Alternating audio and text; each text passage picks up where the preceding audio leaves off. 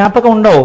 రమణుల శిష్యుల్లో ఒక ఆవిడ ఒకసారి అరుణాచల శిఖరం మీద కూర్చుని ఒక ప్రదోష వేళలో ఆవిడేదో సంగీతంలో ఉండేటటువంటి రాగముల గురించి ఆలోచన చేస్తూ పాడుకుంటున్నారు.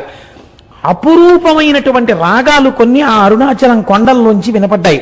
ప్రదోష వేళలో పరమశివుడు దక్షిణామూర్తిగా కూర్చుని ఉంటే ఇప్పటికీ అనేక మంది దేవకాంతలు ఆయన ముందు నాట్యం చేస్తూ గంధర్వగానం చేస్తారని ఆవిడ దాన్ని రికార్డ్ చేశారు. రికార్డింగ్ అవుతుందేమో చూద్దామని రికార్డ్ చేసి రమణుల దగ్గరికి తీసుకొచ్చి ఆన్ చేస్తే ఆ సంగీతం రికార్డ్ అయి వినపడింది.